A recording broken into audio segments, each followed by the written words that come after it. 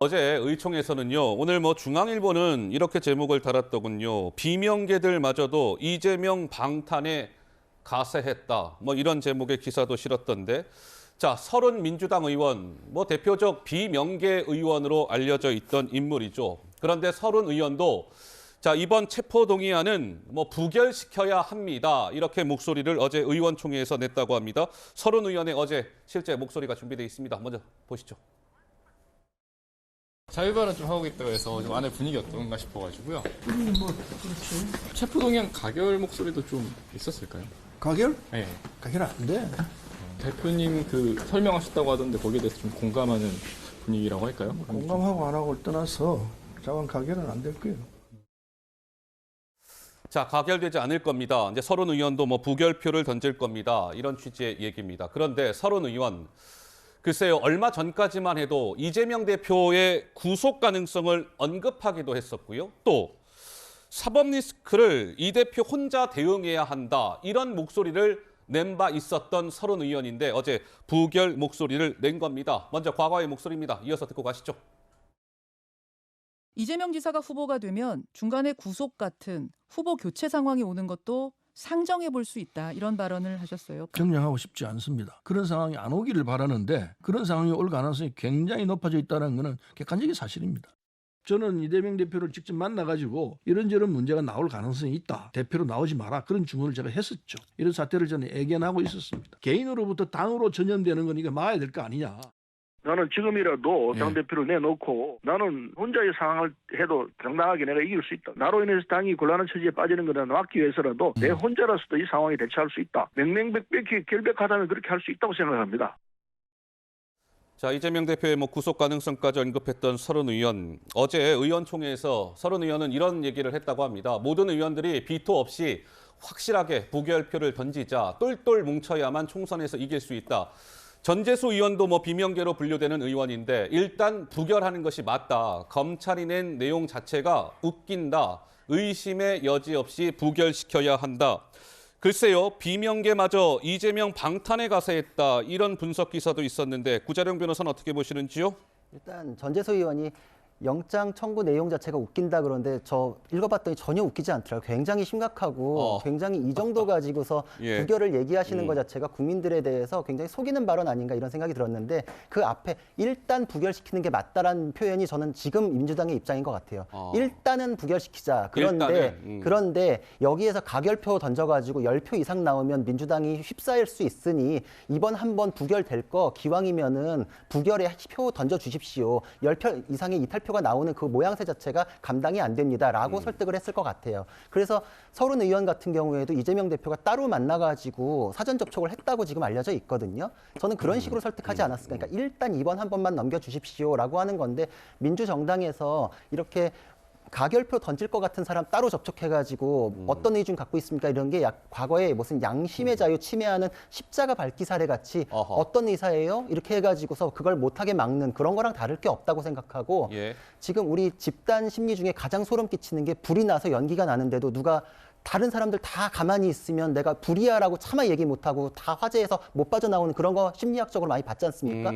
그 한마디 옳은 소리 할 사람마저도 찍어 눌러가지고 다 같이 그 재난에 휩싸이는 이 과정을 민주당이 지금 다 같이 감당할 수 있는지 공당이 과연 이런 자세를 취할 수 있는지 바른 의견을 낼 수 있는 사람에 대해서 사전 조촉해가지고 강제 당론이나 발언없는 이 상황을 만든 것은 공당으로서도 국민에 대해서도 예의가 아니다 이렇게 생각이 됩니다. 자, 김평론가님, 근데 어떻습니까? 어쨌든 이 체포동의안 표결을 민주당이 이제 좀 공식화하면서 이른바 방탄국회라는 또 비판에 직면할 수도 있고 또 이재명 대표는 이 불체포 특권 폐지를 또 공약으로 내세웠지 않습니까? 그런데 그것을 정치적 셈법에 따라 좀 뒤집었다. 이런 비판도 제기가 될 수 있는데 이러한 것들을 감수하면서까지 민주당이 어제 의원총회에서 이러한 결론을 내릴 수밖에 없는 이유가 있었을 텐데 제가 조금 전에 말씀드린 그런 국민의 비판적 여론, 민주당이 감내하고 그 비판 여론을 이겨내고 넘어설 수 있을까요? 어떻습니까? 글쎄요, 이제 그거를 질문에 답을 하려면 이제 저처럼 당내의 지금 상황에 대해서 비판적인 의원들의 고민을 이해를 해야 돼요. 고민을. 왜냐하면 실제로 77.7%로 당선이 된 당대표고 수많은 지지자들이 존재하는 거예요. 그러면 그 한 번의 결정이 이미 있었어요. 이거는 이제 민주주의적인 의사결정이죠. 예. 그럼 그거를 뒤집으려면 그만한 명분을 찾아서 그거에 대한 비판을 가해야 되거든요. 근데 검찰이 지금 보면은 상당히 많은 쟁점을 제기하고 양쪽의 주장, 굉장히 첨예한 주장이 존재하지만 그거의 무게추를 한쪽으로 쏠릴 만한 주장을 민주당 의원들한테 제시해 준 거는 없는 거예요.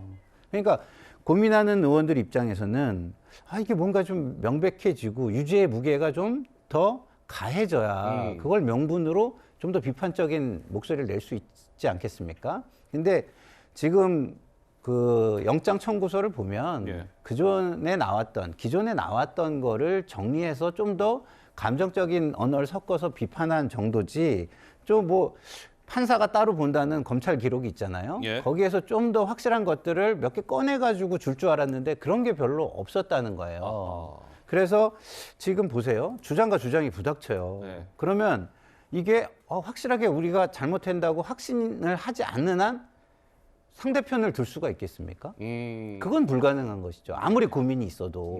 저도 고민이 있죠. 저도 당대표 나오면 안 된다부터 해가지고 이런 식으로 가면 민주당이 참 어렵다 이렇게 얘기하는 사람이지만 현재 이 체포 동의안에 네. 대해서는 찬성하기 굉장히 어려운 거예요. 모르겠어요. 이제 김성태 그 전 회장의 쌍방울 그 전 회장의 뭐 대북 송금과 관련된 대북 뭐 비용 대납과 관련된 혐의까지 여기 들어왔다면 그랬다면 또 생각이 좀 바뀌었을 수도 있을 거예요. 근데 지금은 알겠습니다. 대장동 혐의하고 FC 혐의만 가지고 지금 얘기를 하는데 이거는 양쪽에 첨예한 주장이 존재하는 것이지 알겠습니다. 이렇다 할 그 뭐랄까 확실하게 이렇게 심증을 굳힐 만한 것이 없다는 게 문제다. 이런 말씀을 드립니다. 일단 영장 청구서에 대해서 말씀드릴 게 173페이지잖아요. 제가 다 읽어봤거든요. 예. 기존에 언론에 나온 거 이외에 새로운 사실관계가 굉장히 많습니다. 그리고 그거에 대해서 어떤 증거가 있는지까지도 명시를 했어요. 그리고 관련자 이름이 다 등장해요. 누가 무슨 역할을 했고 누가